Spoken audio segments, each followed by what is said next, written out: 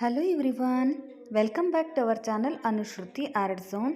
Friends, ಇವತ್ತಿನ ವಿಡಿಯೋದಲ್ಲಿ ರೇಷ್ಮೆ ಸೀರೆಗಳನ್ನು ಹೇಗೆ ಮನೆಯಲ್ಲೇ ವಾಶ್ ಮಾಡಬಹುದು ಅಂತ ತಿಳಿಸ್ಕೊಡ್ತಾ ಇದ್ದೀನಿ. ಸಾಮಾನ್ಯವಾಗಿ ನಾವು ಪದೇ ಪದೇ ರೇಷ್ಮೆ ಸೀರೆಗಳನ್ನು ವಾಶ್ ಮಾಡೋದಿಲ್ಲ. ತುಂಬ ಗಲೀಜಾದವಾಗ ನಾವು ಡ್ರೈ ವಾಶಿಗೆ ಕೊಡ್ತೀವಿ ಅಲ್ವಾ. ಕೆಲವೊಂದು ಸರಿ ಡ್ರೈ ವಾಶಿಗೆ ಕೊಡುವಷ್ಟು ಟೈಮ್ ಇರೋದಿಲ್ಲ. ಹಾಗೆಯೇ ಡ್ರೈ ವಾಶಿಗೆ ಈಗಂತೂ ಜಾಸ್ತಿನೇ ಆಗಿದೆ ದುಡ್ಡು. ಕೆಲವೊಂದು ಸರಿ ಡ್ರೈ ವಾಶಿಗೆ ಕೊಡೋಕೆ ಆಗೋದಿಲ್ಲ ಅಲ್ವಾ. ಅಂಥ ಟೈಮಲ್ಲಿ ಮನೇಲೇ ಹೇಗೆ ನಾವು ಈ ರೀತಿ ರೇಷ್ಮೆ ಸೀರೆಗಳನ್ನು ವಾಶ್ ಮಾಡಬಹುದು ಅಂತ ತಿಳಿಸ್ಕೊಡ್ತಾ ಇದ್ದೀನಿ. ಸೊ ಯಾರು ಕೂಡ ಸ್ಕಿಪ್ ಮಾಡ್ದೇನ ವಿಡಿಯೋನ ಎಂಡ್ವರೆಗೂ ನೋಡಿ.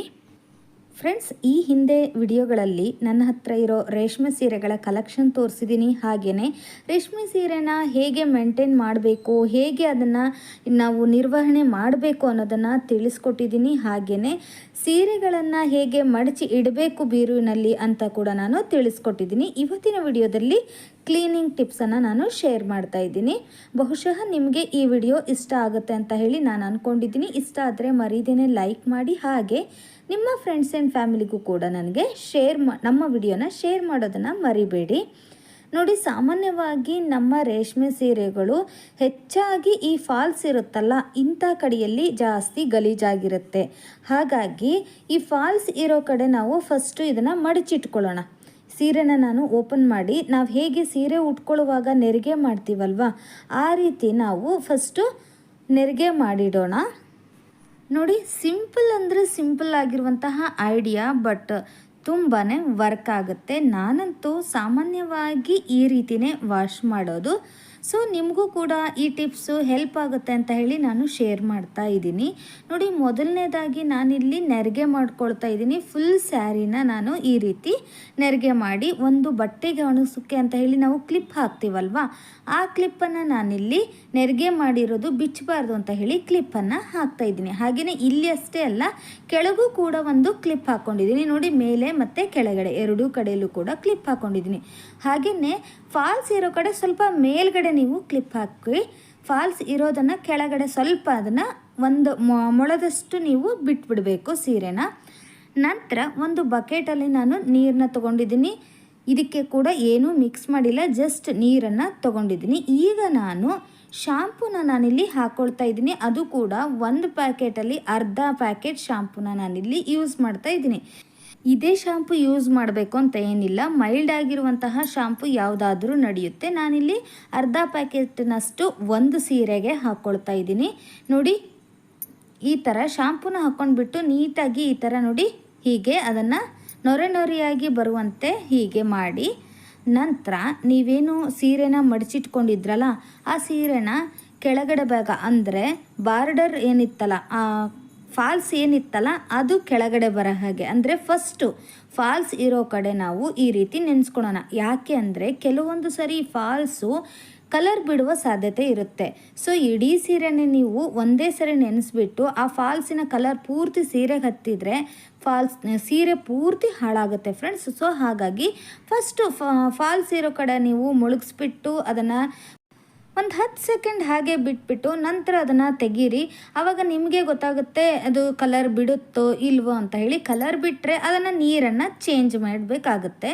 ನೋಡಿ, ಫಸ್ಟ್ ನಾನು ಫಾಲ್ಸನ್ನು ನೆನೆಸ್ಬಿಟ್ಟು ಈ ರೀತಿ ನೋಡಿ ಹೀಗೆ ಉಜ್ಕೊಳ್ತಾ ಇದ್ದೀನಿ. ಅದನ್ನು ಕೂಡ ಲೈಟಾಗಿ ಉಜ್ಕೊಳ್ಳಿ, ಅದನ್ನು ಫೋರ್ಸಿಂದ ನೀವು ಮಾಡಬೇಡಿ.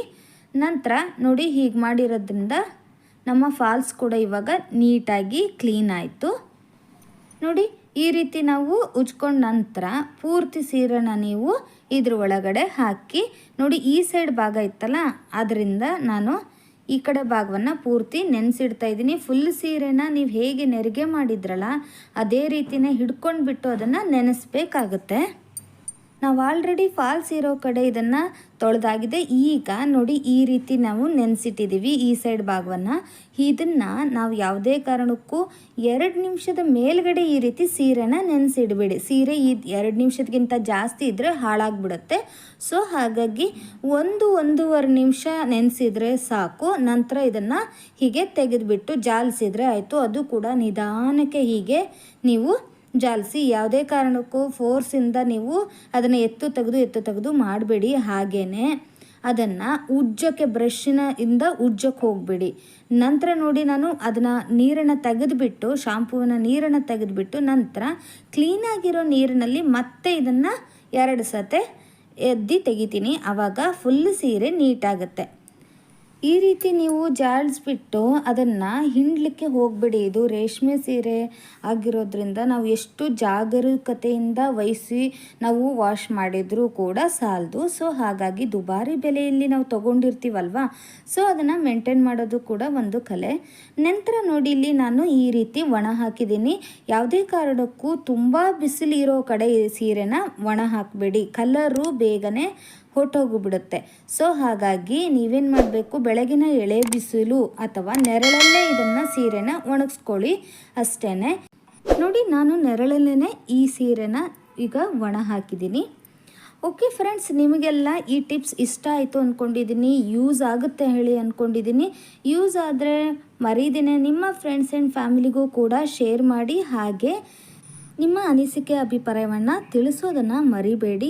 ಸಿಗೋಣ ಹಾಗಾದರೆ ಮತ್ತೊಂದು ಇಂಟ್ರೆಸ್ಟಿಂಗ್ ವಿಡಿಯೋ ನೋಡಿದ್ದಕ್ಕಾಗಿ ಧನ್ಯವಾದಗಳು.